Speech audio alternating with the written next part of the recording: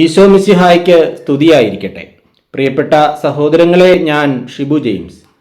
സാമീഡിയ എന്ന നമ്മുടെ യൂട്യൂബ് ചാനലിലേക്ക് എല്ലാ സുഹൃത്തുക്കൾക്കും സ്വാഗതം. 2025 ലോഗോസിന്റെ പഠനമാണ് ഈ ചാനലിലൂടെ നടത്തപ്പെടുന്നത്.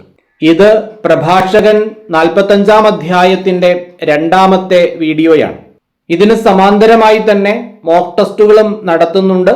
മോക്ക് ടെസ്റ്റിൽ പങ്കെടുക്കാൻ താല്പര്യമുള്ളവർ രജിസ്ട്രേഷൻ ഫീസ് എത്രയും വേഗം അയക്കേണ്ടതാണ്.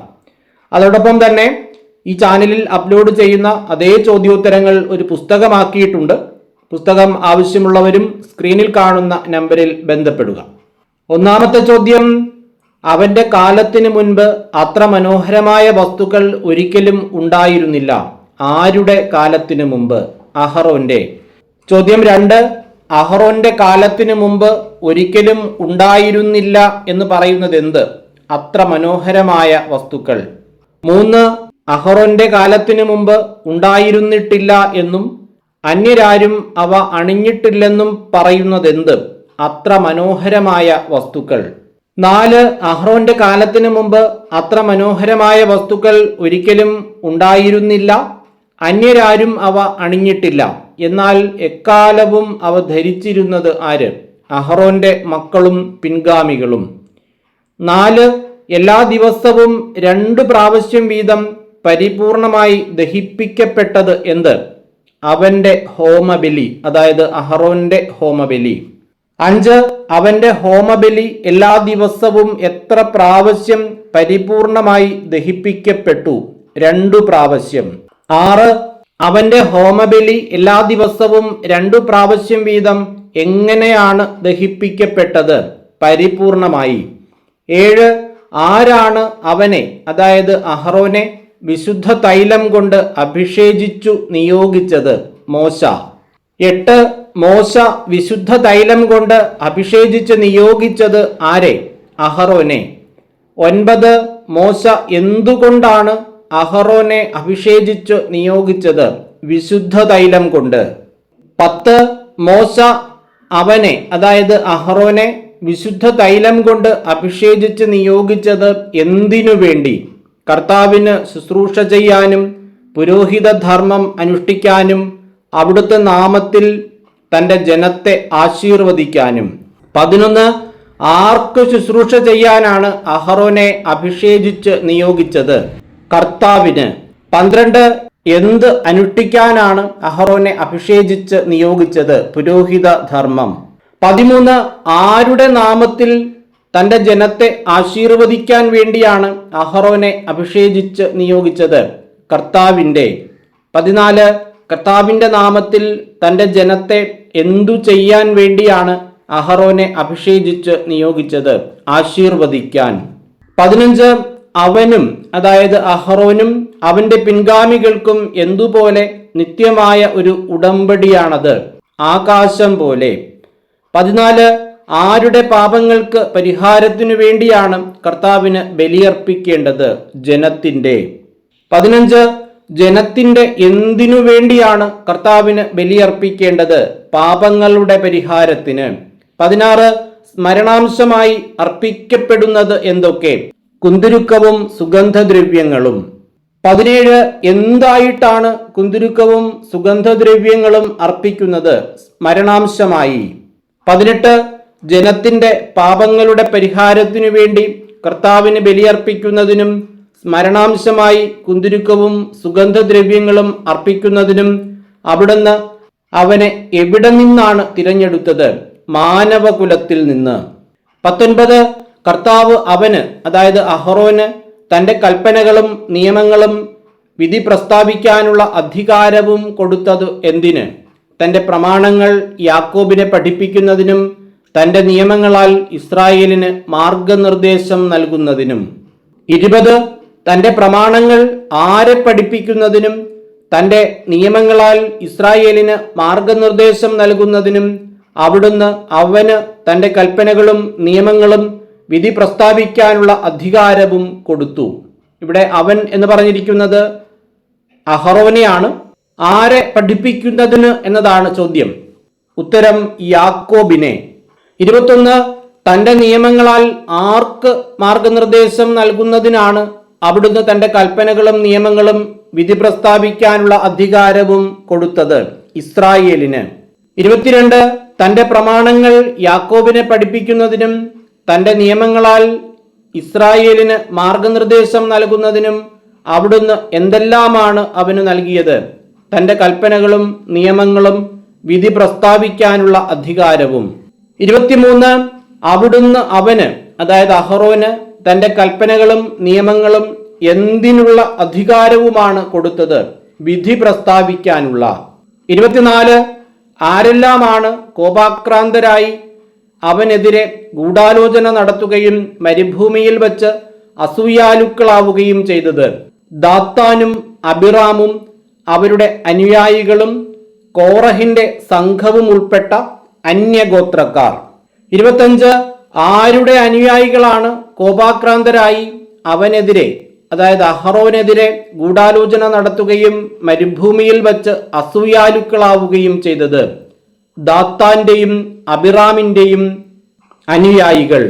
26 ദാത്താനും അബിറാമും അവരുടെ അനുയായികളും കോറഹിന്റെ സംഘവും ഉൾപ്പെട്ട അന്യഗോത്രക്കാർ കോപാക്രാന്തരായി അവനെതിരെ ഗൂഢാലോചന നടത്തുകയും എവിടെ വച്ച് അസൂയാലുക്കളാവുകയും ചെയ്തു? മരുഭൂമിയിൽ വച്ച്.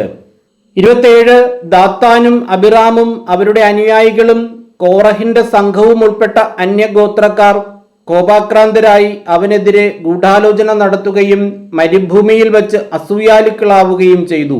ആരാണ് ഇത് കണ്ട് കോപിച്ചത്? കർത്താവ്. 28 കർത്താവ് ഇത് കണ്ട് കോപിച്ചപ്പോൾ അവർക്ക് സംഭവിച്ചതെന്ത്? അവിടുത്തെ ക്രോധത്തിൽ അവർ നശിച്ചുപോയി. 29 അവനെതിരെ ഗൂഢാലോചന നടത്തുകയും മരുഭൂമിയിൽ വച്ച് അസൂയാലുക്കളാവുകയും ചെയ്തവർക്കെതിരെ കർത്താവ് ചെയ്തതെന്ത്? കർത്താവ് കോപിച്ച് അവിടുത്തെ ക്രോധത്തിൽ അവർ നശിച്ചുപോയി. ജ്വലിക്കുന്ന അഗ്നിയാൽ അവരെ ദഹിപ്പിക്കേണ്ടതിന് അവർക്കെതിരെ അവിടുന്ന് അത്ഭുതം പ്രവർത്തിച്ചു. 30 ജ്വലിക്കുന്ന അഗ്നിയാൽ അവരെ ദഹിപ്പിക്കേണ്ടതിന് അവിടുന്ന് എന്തു പ്രവർത്തിച്ചു? അത്ഭുതം. 31 കർത്താവ് ആരുടെ മഹത്വമാണ് വർദ്ധിപ്പിച്ചത്? അഹറോന്റെ. 32 കർത്താവ് അഹറോന്റെ മഹത്വം വർദ്ധിപ്പിച്ച് എന്താണ് നൽകിയത്? പ്രത്യേക അവകാശം. 33 അതിവിശിഷ്ടമായ എന്താണ് കർത്താവ് അഹറോന് അനുവദിച്ചു കൊടുത്തത്? ആദ്യ ഫലങ്ങൾ. 34 കർത്താവ് അഹറോന് അതിവിശിഷ്ടമായ ആദ്യ ഫലങ്ങൾ അനുവദിച്ചു കൊടുക്കുകയും ധാരാളമായി നൽകുകയും ചെയ്തതെന്ത്? ആദ്യ ഫലങ്ങൾ കൊണ്ടുള്ള അപ്പം. 35 എന്തുകൊണ്ടുള്ള അപ്പമാണ് ധാരാളമായി അഹറോന് കർത്താവ് നൽകിയത്? ആദ്യ ഫലങ്ങൾ കൊണ്ടുള്ള. 36 കർത്താവിന് നൽകിയ ബലിവസ്തുക്കൾ ഭക്ഷിക്കുന്നതാര്? അഹറോനും അവന്റെ പിൻഗാമികളും. 37 അഹറോനും അവന്റെ പിൻഗാമികളും ഭക്ഷിക്കുന്നത് എന്ത്? കർത്താവിന് നൽകിയ ബലിവസ്തുക്കൾ. 38 കർത്താവിന് നൽകിയ ബലിവസ്തുക്കൾ അഹറോനും അവന്റെ പിൻഗാമികളും ഭക്ഷിക്കുന്നു. എന്നാൽ ദേശത്ത് അവന് എന്തുണ്ടായിരുന്നില്ല എന്നാണ് പറഞ്ഞിരിക്കുന്നത്? യാതൊരു അവകാശവും ഓഹരിയും. 39 ദേശത്ത് യാതൊരു അവകാശവും ഓഹരിയും ഇല്ലാത്തതാർക്ക്? അഹറോന്. 40 അഹറോന് ദേശത്ത് എന്തുണ്ടായിരുന്നില്ല? യാതൊരു അവകാശവും ഓഹരിയും. 41 എന്താണ് അഹറോന്റെ അവകാശവും ഓഹരിയും? കർത്താവ് തന്നെയാണ്. അഹറോന്റെ അവകാശവും ഓഹരിയും കർത്താവാണ്. അതുകൊണ്ടാണ് ദേശത്ത് അഹറോന് അവകാശമൊന്നും ഉണ്ടായിരുന്നില്ല എന്ന് പറഞ്ഞിരിക്കുന്നത്. 42 കർത്താവ് തന്നെ അവന്റെ ഓഹരിയും അവകാശവും. ആരുടെ? അഹറോന്റെ. 43 പ്രഭാഷകൻ അധ്യായം 45 മൂന്നാമത്തെ തലക്കെട്ട് ഫിനഹാസ്. 44 എലയാസറിന്റെ പുത്രനാര്? ഫിനഹാസ്. 45 ഫിനഹാസ് ആരുടെ പുത്രനായിരുന്നു? എലയാസറിന്റെ. 46 മഹത്വത്തിന്റെ മൂന്നാം സ്ഥാനം ആർക്കായിരുന്നു? ഫിനഹാസിന്. 47 ഫിനഹാസ് എന്തിൽ തീഷ്ണതയുള്ളവനായിരുന്നു? ദൈവഭക്തിയിൽ. 48 ദൈവഭക്തിയിൽ തീഷ്ണതയുള്ളവനായിരുന്നത് ആര്? ഫിനഹാസ്. 49 ആര് വഴിതെറ്റിപ്പോയപ്പോഴും ഫിനഹാസ് ഉറച്ചു നിന്നു? ജനം. 50 ജനം വഴിതെറ്റിയപ്പോഴും ഉറച്ചു നിന്നതാര്? ഫിനഹാസ്. 51 ഫിനഹാസ് ആരുടെ പാപങ്ങൾക്കാണ് പരിഹാരമനുഷ്ഠിച്ചത്? ഇസ്രായേലിന്റെ. 52 ഫിനഹാസ് ഇസ്രായേലിന്റെ പാപങ്ങൾക്ക് പരിഹാരമനുഷ്ഠിച്ചത് എന്തുകൊണ്ട്? അവന്റെ ഹൃദയത്തിന്റെ കർമ്മോന്മുഖമായ നന്മ കൊണ്ട്. 53 ഫിനഹാസ് ഹൃദയത്തിന്റെ കർമ്മോന്മുഖമായ നന്മ കൊണ്ട് ചെയ്തതെന്ത്? ഇസ്രായേലിന്റെ പാപങ്ങൾക്ക് പരിഹാരമനുഷ്ഠിച്ചു. 54 ഹൃദയത്തിന്റെ എങ്ങനെയുള്ള നന്മ കൊണ്ടാണ് ഇസ്രായേലിന്റെ പാപങ്ങൾക്ക് ഫിനഹാസ് പരിഹാരമനുഷ്ഠിച്ചത്? കർമ്മോന്മുഖമായ. 56 കർത്താവ് ഫിനഹാസുമായി ഒരു സമാധാന ഉടമ്പടി ഉറപ്പിക്കപ്പെട്ടത് എന്തിനു വേണ്ടി?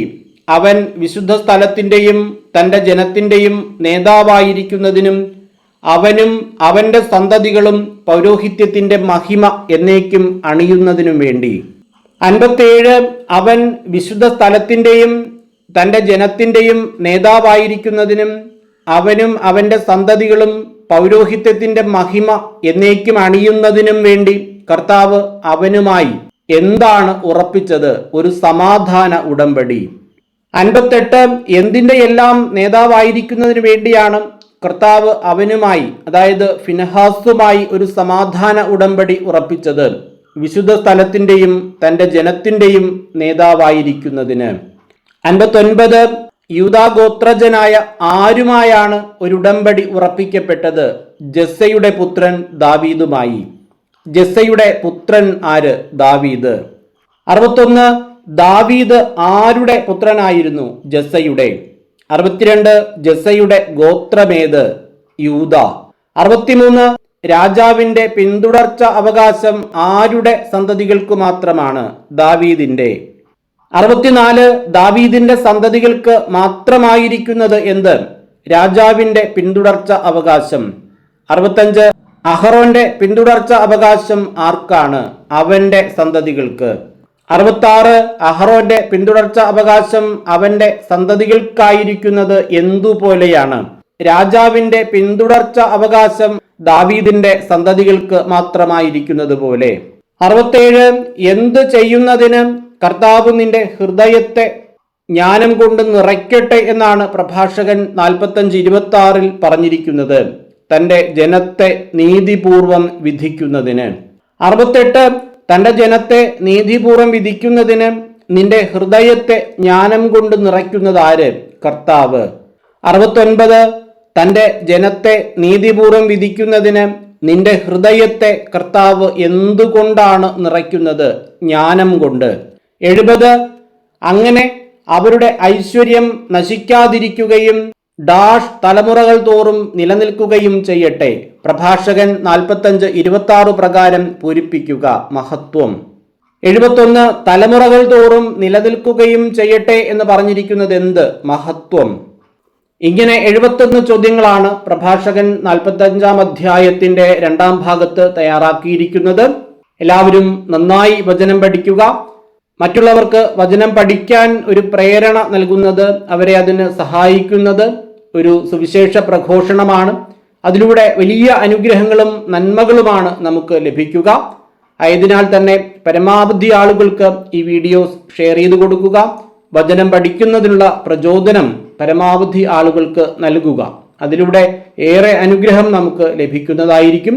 എല്ലാവർക്കും എല്ലാവിധമായ നന്മകളും അനുഗ്രഹങ്ങളും ഉണ്ടാകട്ടെ എന്ന് ആശംസിച്ചുകൊണ്ട് പ്രാർത്ഥിച്ചുകൊണ്ട് നിർത്തുന്നു. നന്ദി.